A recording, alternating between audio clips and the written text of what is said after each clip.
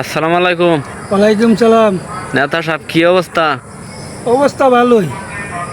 দোয়ানে কই যাইলাম, আপনারা পাইলাম না। দোকানদারি আপাতত নাই, বেশ ছেড়ে দিছি। এখন বাড়ির সামনে বয়ে রয়েছেন। বাড়ির সামনে বয়ে রয়েছি। তা দিনকাল কেমন যাইতেছে?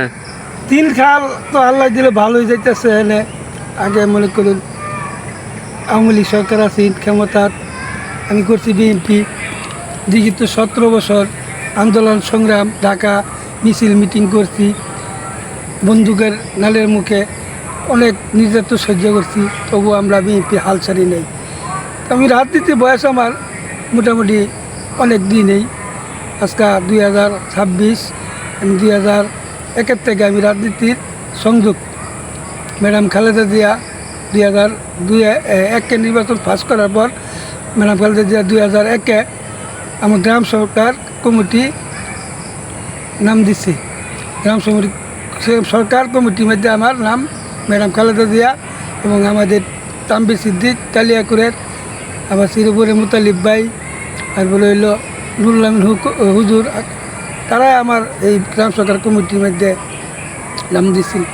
কিন্তু আসলে আমরা তো অনেক কাকের নেতা, তেজির নেতা। যেমন এই যে 5 তারিখের পরে আমাদের কোনো মূল্যায়ন নাই, দল এই পদও নাই, টেহাও নাই, আমরা ওখানে আছি। ঠিক আছে, সমস্যা নাই। তবে আবার তারেক জিয়াকে আমি স্মরণ করে বলি যে আমরা আবার যখন রাজপথে এই ডাক দিবেন, আমরা আবার উপস্থিত থাকব। আমরা আন্দোলন সংগ্রাম করেই যাব। বিএনপি আমার কি দিল না দিল সেটা আমার দেওয়ার বিষয় না। আমি দল করি ম্যাডাম খালেদা জিয়া, জিয়ার তারেক জিয়ার। আমি দলকে এত ভালোবাসি, যখন ম্যাডাম মৃত্যু খবর শুনলাম, কারণ আমার এত কষ্ট লাগছে, বুঝছো। আমার কাঁদতে কাঁদতে আমি পরে বেউস হয়ে গেলাম গা ম্যাডামের মৃত্যু শোনার পর। তারপরে অনেক বেদনা কষ্ট নিয়ে বেঁচে রইলাম।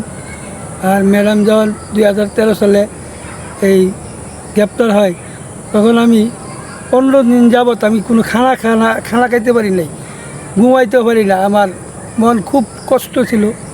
আর আমার বাড়ির ফ্যামিলি করতো খালি যে কেন এত চিন্তা করো, কেন চিন্তা করো। আমারটা আমি বুঝি। আচ্ছা, সব কিছুর পরে এখন যে বর্তমান অবস্থা 2026 সাল, তারেক জিয়ার দেশ, এখন আপনার কেমন লাগে? 2026 সাল তারেক জিয়া প্রধানমন্ত্রী, এবং প্রথমবারের মতো প্রধানমন্ত্রী তারেক জিয়া, নবনির্বাচিত প্রধানমন্ত্রী।